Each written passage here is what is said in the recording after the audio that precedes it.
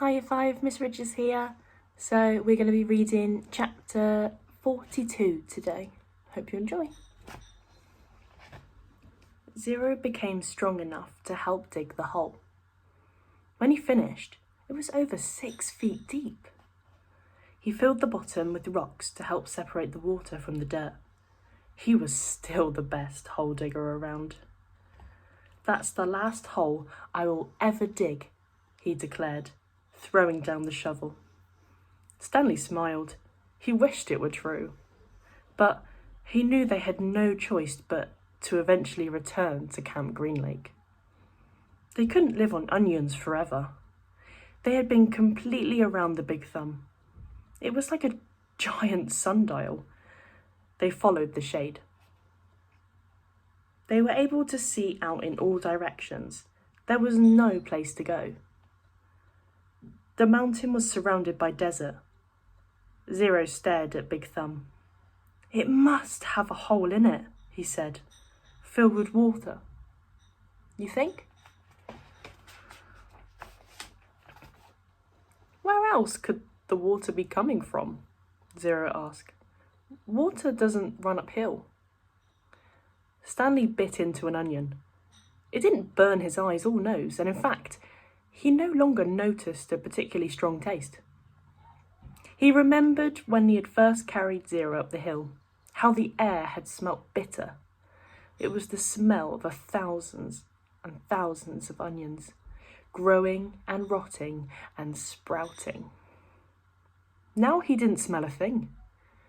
"How many onions do you think we've eaten?" he asked. Zero shrugged. "I don't even know how long we've been up here." "I'd say about a week," said Stanley, "and we probably each eat about 20 onions a day, so that's 280 onions, said Zero. Stanley smiled. "I bet we really stink."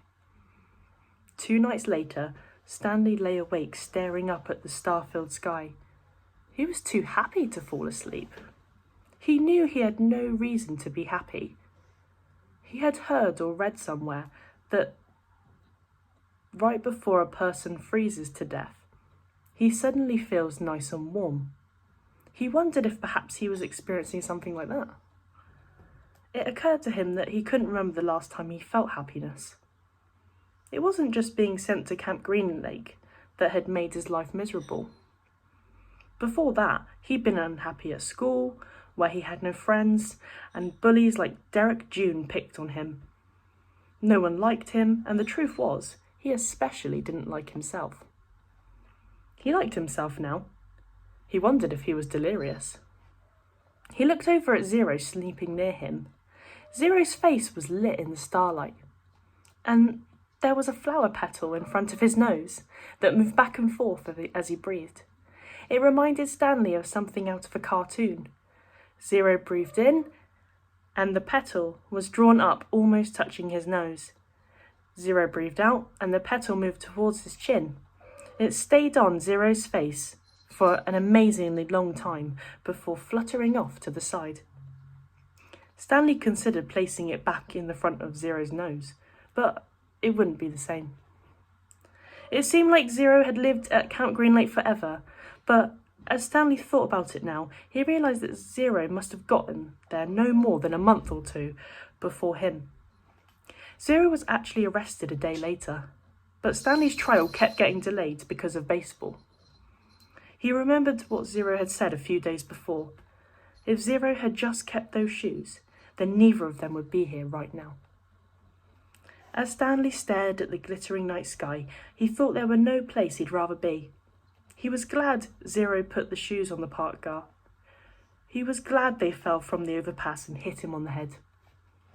When the shoes first fell from the sky, he remembered thinking that destiny had struck him. Now he thought so again. It was more than a coincidence, it had to be destiny.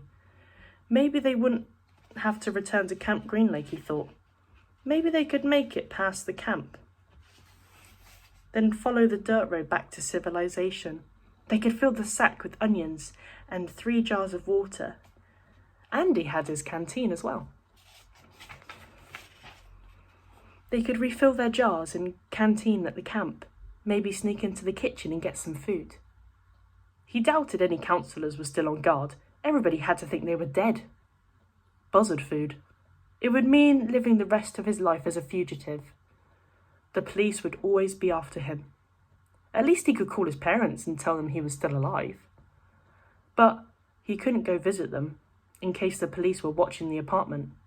Although, if everyone thought he was dead, they wouldn't bother to watch the apartment.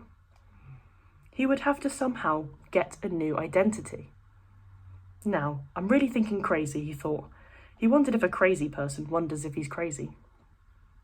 But even as he thought this, an even crazier idea popped into his head.